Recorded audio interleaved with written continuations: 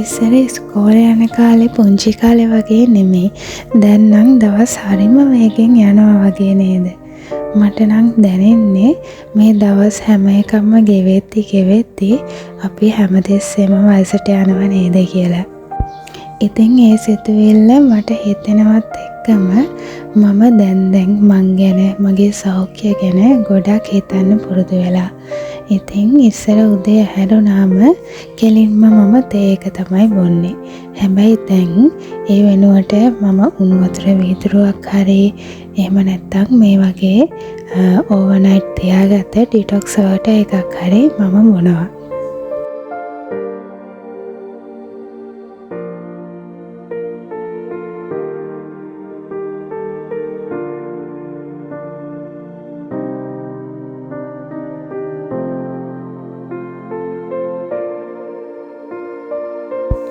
මේ ගෙවිගෙන යන්නේ මාර්තු මාසය. ඒක නිකම්ම මාසයක් නෙමෙයි. මේ රටේ අයට නම් මේ මාසය ගොඩාක් විශේෂ මාසයක්. ඉතින් මේ රටේ අයට විතරක් නෙමෙයි. ලෝකෙ පුරාම ඉන්න ඉස්ලාම් බැතිමතුන්ට මේ මාසය ගොඩක් විශේෂයි. මොකද රාමසාන් යෙදිලා තියෙන්නේ මේ මාසෙ හින්දා. ඉතින් අපි දෙන්න හිතුවා අද මුළු දවසම ඒ වෙනුවෙන් වෙන් කරනවා කියලා. රාමසාන් මාසයට හරියන්න අපේ ගෙදර සරසලා එතකොට රාමසාන් මාසයේ හදන කෑම හදලා ඒ හැංගීම අපි දෙන්නටත් ගන්න ඕනේ කියලා අපි දෙන්න හිතුවා.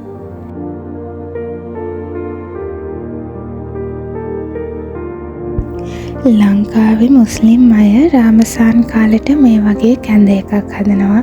ඉතින් මම මේ කැඳ එක මුල්ම වතාවට බිව්වේ ඉස්සර ලංකාවේ මාතර වැඩ කරන කාලේ මගේ හස්බන්ඩ් යාළුවෙක් හිටියා මුස්ලිම් මල්ලි කෙනෙක්. ඉතින් හැම පාරම රාමසාන් වලට එයා අපිට වටලප්පන් හදලා ගෙනත් දෙනවා. ඒ වගේම මෙන්න මේ කැඳ එකත් හදලා ගෙනත් දෙනවා. ඉතින් ගොඩක් දවසට අපේ මුළු ස්ටාෆ් එකටම ඇති වෙන්න එයා හවසට අරගෙන එනවා මේ කැඳ එක. ඉතින් මට හිතුණා අද උදේ කෑම එකට මේ කැඳ එක හදනවා කියලා.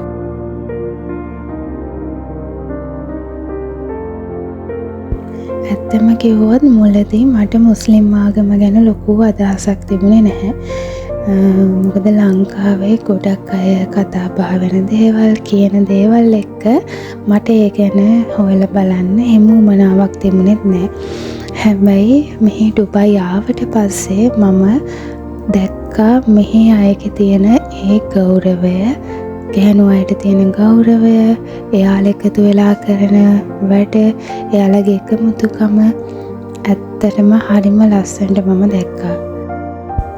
විශ්වාස කරන්න මේ රාමසාන් මාසය පුරාවටම මුළු මාසෙම ගොඩක් ලෝකල් ගෙවල් ඉස්සරහා වෙනම ටේබල් එකක් දාලා කෑම නැති අයට, තනියම ඉන්න අයට එයාලා වතුර, රටේ ඉඳි ඒ වගේම එක කෑම ජාති ඉෆ්තාර් වෙලාවට ලෑස්ති කරලා තියෙනවා. මම දැකලා තියෙනවා ගොඩාක් ගෙවල් ඉස්සරහා. ඒ වගේමයි ලෝකල් අය විතරක් නෙමෙයි, තමන්ට පුළුවන් විදිහට හැම කෙනෙක්ම මේ මාසයේදී තව කෙනෙක්ට කෑම බීම දෙන්න, වතුර දෙන්න, අඩුම තරමේ රටින්දි පැකට් එකක් හරි දෙන්න පුරුදු වෙලා ඉන්නවා. ඉතින් ඒ ආభాෂය අනිත් ජාතීන් වලටත් අනිත් රටවල් වලින් ආපු අයටත් ඉබේටම ගිහිල්ලා තව කෙනෙක්ට උදව් කරන්න ගොඩක් අය පුරුදු වෙලා ඉන්නවා.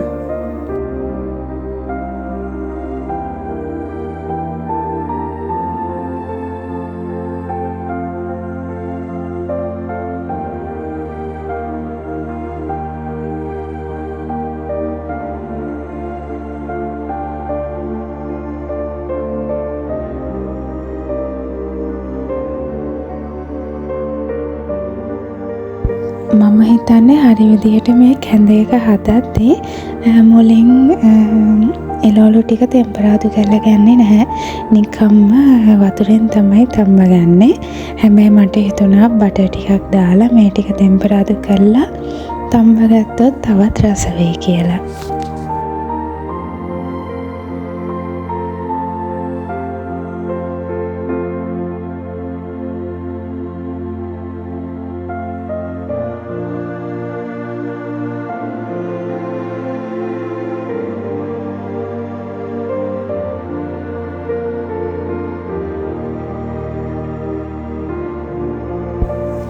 ගිය අවුරුද්දේ රාමසාන් වලට මම එකම එක ලෑම්ප් එකක් විතරයි ගෙදර අරන් ආවේ. ඒක තාමත් මං ගාව තියෙනවා. මං ඒකට හරිම ආසයි. ඒක හරියට නිකන් චූටි පල්ලියක් වගේ පාට වීදුරු දාලා අර පල්ලි සමහර පල්ලිවල එහෙම තියෙනවනේ එක එක පාට වීදුරු දාලා ජනෙල් වලට ඒ වගේ චූටි එකක් තමයි මං ගෙදර ගෙනාවේ.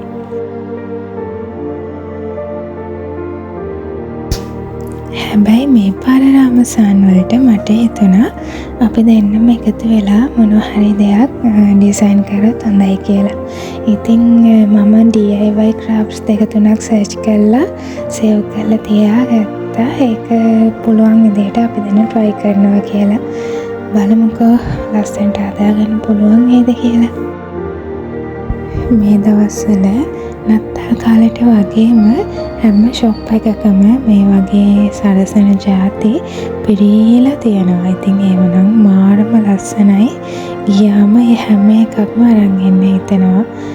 ඒ වුණාට මෙහෙම හස්බන්ඩ් එක්ක වගේ පවුලේ අයත් එක්ක එකතු වෙලා මොනවා හරි දෙයක් ආසාවෙන් මේ විදිහට කරද්දී අපි සල්ලි දීලා කොච්චර ලස්සන දෙයක් ගත්තත් ඊට වඩා සතුටක් මේ අපි හදන එක දකින හැම වෙලාවකම අපේ හිතට එනවා. මොකද ඒක හදද්දී අපි කතා වෙච්ච දේවල්, ඒක හදද්දී අපිට වැරදුනා නම් ඒ දේවල් වලට hina වෙච්ච දේවල්, අපි දෙන්නට උදව් කරගත්ත තැන්, ඒ හැමදේම මතක් වෙනවනේ.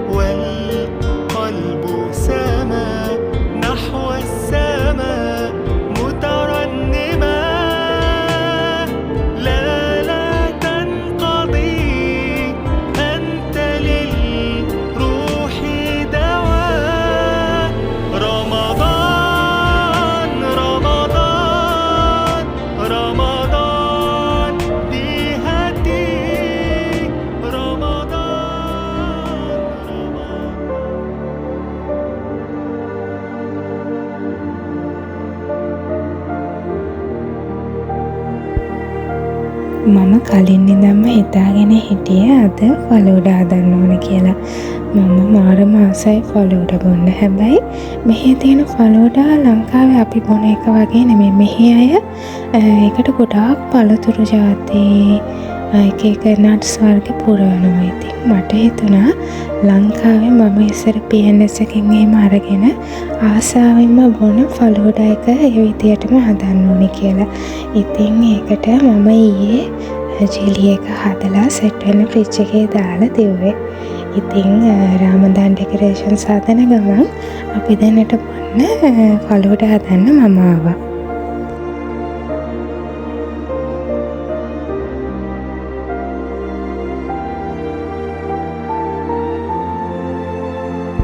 මේකට හරිනම් රෝස් වෝටර් දාන්න ඕනනේ.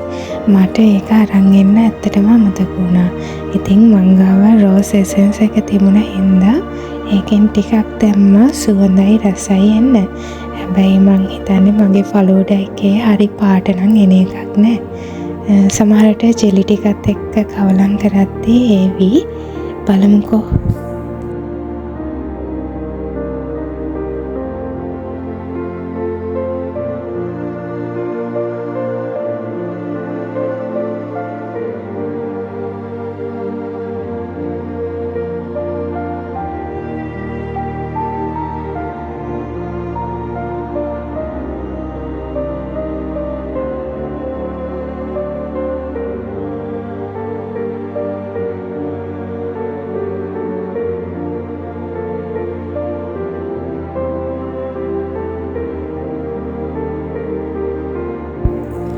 මම ෆලූඩ එක හදනකම් මගේ හස්බන්ඩ් හොඳ ළමයා වගේ මම ඇඳලා දීපු ඔක්කොම ටික ගානට කපලා.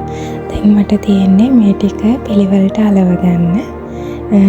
මේක හරිම ලේසියි. මම දැක්කේ TikTok එකේ මේක එක එක විදිහට අපිට කපලා හදන්න පුළුවන්. මම දැක්කා තරුවක් වගේ කපලා හදනවා. ඒකත් ලස්සනයි.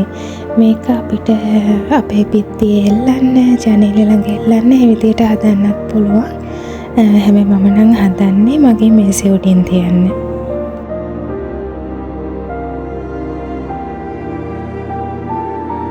මේකේ මේ වගේ තනි තනි කෑලි වැඩි වෙන තරමට මේක ගොඩක් ලස්සනයි. ඒ වගේම මේක තව හීනේ වුණාම තවත් ලස්සනයි. මගේ අතින් චුට්ටක් මම හිතන්නේ මහත වැඩි වුණා. හැදුවට පස්සේ බලමු කොහොම වෙයිද දන්නේ නැහැ. මම බලපු වීඩියෝ එකේ යා 10ක් ගත්තා. මම ගත්තේ 8යි.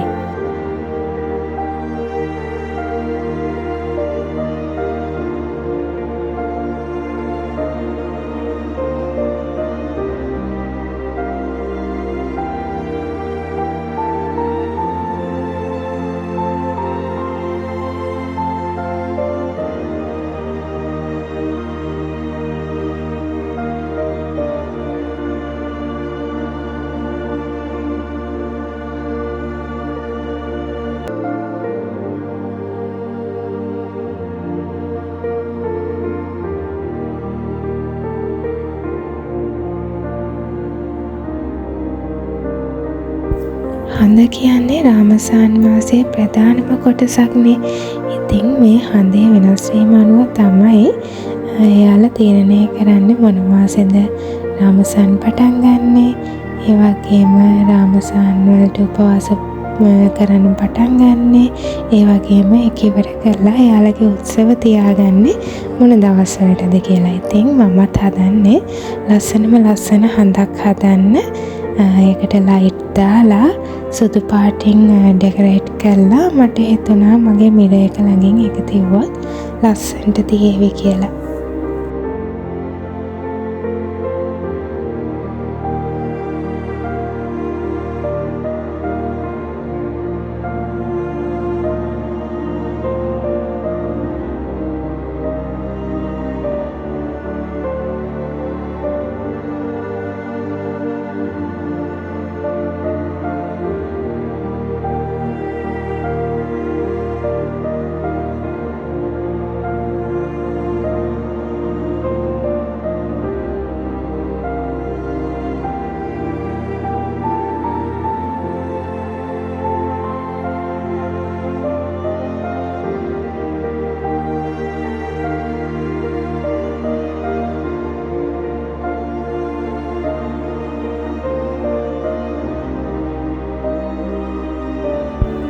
මම හිතුවාගේ ලස්සනටම ඒක ආවා.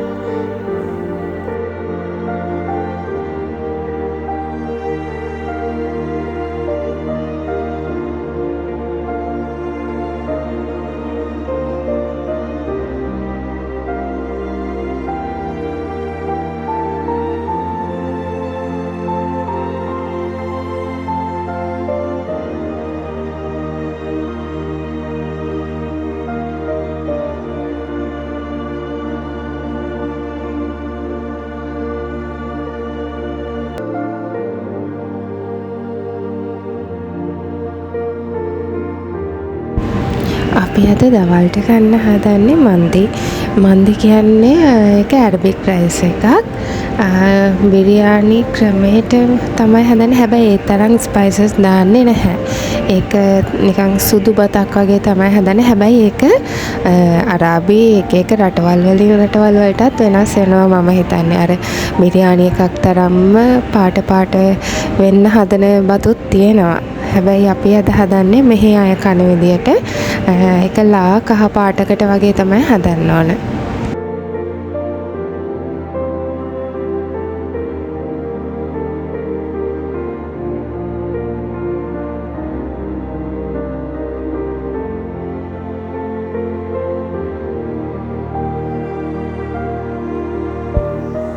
චිකන් එක තැම්බුණාට පස්සේ මේ විදිහට චිකන් එක අයින් කරගන්න ඕන. මොකද අපි චිකන් එක තඹගත්ත වතුරෙන්ම තමයි බත් එකත් හදාගන්නේ.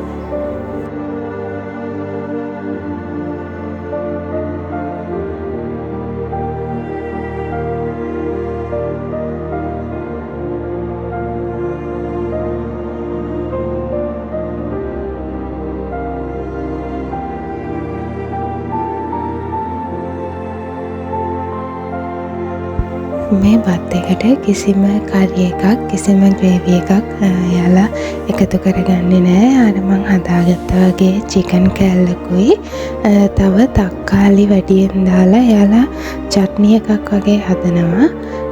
අපි අද චුට්ටක් එක වෙනස් කරලා හැදුවා. ඒකට අපි අමු මිරිස්තුයි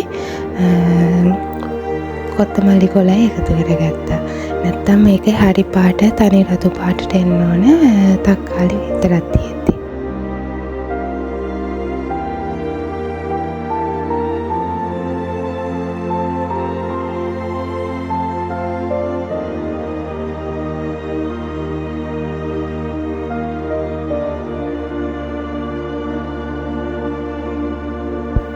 රටේදි කියන දේ රමසාන් මාසෙට ගොඩක් විශේෂයිනේ. මොකද එයාලා මුළු දවසෙම කෑම නොකා ඉඳලා හවස ඉෆ්තාර් වෙලාවට ඒ උපවාස කරන එක නවත්තන්නේ රටේ ඉඳි එකක් කාලා වතුර බීලා. ඉතින් ඒකම එයාලගේ ගෙවල් වල කෑම වෙලාවට ඒ වගේම මේ උපවාස නවත්තන වෙලාවට නිකම්ම රටේ ඉඳි නැතුව ලස්සනට ඒක ගානිෂ් කරලා එහෙම නැත්නම් රටේ ඉඳි ඇතුළට එක ෆිලින්ස් දාලා හදන වෙලාවල් තියෙනවා.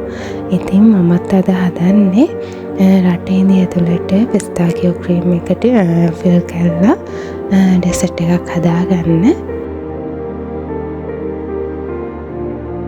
මේ දවස්වල මේක ගොඩක් වයිරල් මෙහි. මං හිතන්නේ වෙන රටවලත් වයිරල් වුණා මේ ඩුබයි වයිරල් කුනාෆා චොක්ලට් එක හින්දා. ඉතින් මේක දැන් මේ දවස්වල නම් ගොඩාක් ගන්න තියෙනවා චොක්ලට් එක, ඩෝනට්ස් එක, ඒ වගේම මම දැක්කා ක්‍රොසන්ට් එකක් තියෙනවා. ඒ වගේම මේ පේස්ට් එක ගන්නත් තියෙනවා වෙනමම. ඒ වුණාට මට හිතුණා මමම ඒක ගෙදර හදාගන්නවා. එතකොට කල් තියාගන්න දේවල් දාලා නැහැ, ෆ්‍රෙෂ්ම තියෙනවනේ.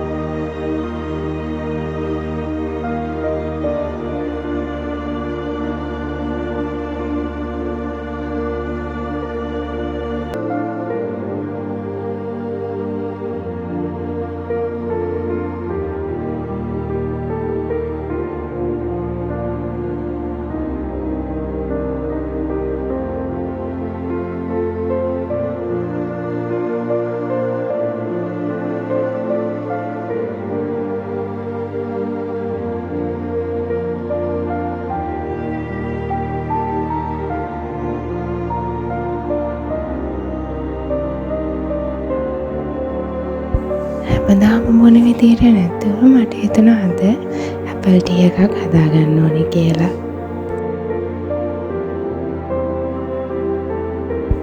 ඇපල් ටී හදද්දි මේ වගේ චූටි තීරු කපා ගන්න නම් ඕන කමක් නැහැ. හැබැයි මම මේ හදන්නේ පුංචි ලස්සන වැඩක් කරන්න.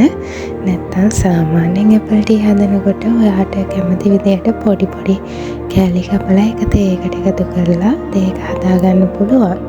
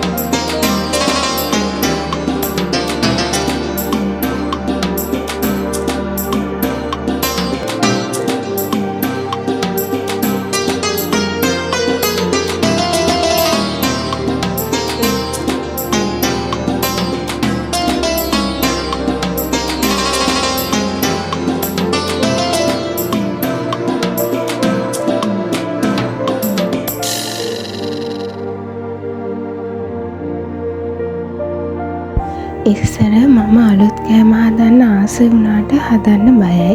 ඉතින් ඒ හින්දාම මම එක එක කෑම try කරන්න අකමැති වුණා. මොකද මට බයයි ඒක හදලා ඒක හරියට ආවේ නැති වුණොත් මටත් දුක හිතෙනවනේ. ඒ වුණාට මං අද හිතුවා කරන්න බැරි දෙයක් නෑ. අපිට ආසව තියෙනවා නම් අපිට කැමැත්ත තියෙනවා නම් අපි try කරලා බලන්න ඕන. ඉතින් පළවෙනි වතාවට තමයි මම මේ පිස්තාකියෝ ක්‍රීම් එක හැදුවේ. මේ වගේ ඇපල් ටී එකක් හැදුවේ. ඉතින් අපි ආස කරන දේවල් අපි ආස කරනවා නම් අපිට ආසාවක් තියෙනවා නම් අනිවාර්යෙන්ම අපි ඒ දේ කරන්න ඕන. මොකද නැත්තම් දවසක අපි පසුතැවෙනවනේ ගැන. ඉතින් ලෝකෙ පුරාම ඉන්න සියලුම දෙනාට මේ රමසාන් මාසයේ ඔයාගේ හිතේ සැනසීම රැඳිච්ච ඔයාගේ ප්‍රාර්ථනා හැම එකක්ම ඉෂ්ට සිද්ධ වෙන ලස්සනම මාසයක් වෙන්න කියලා මං හදවතින්ම ප්‍රාර්ථනා කරනවා.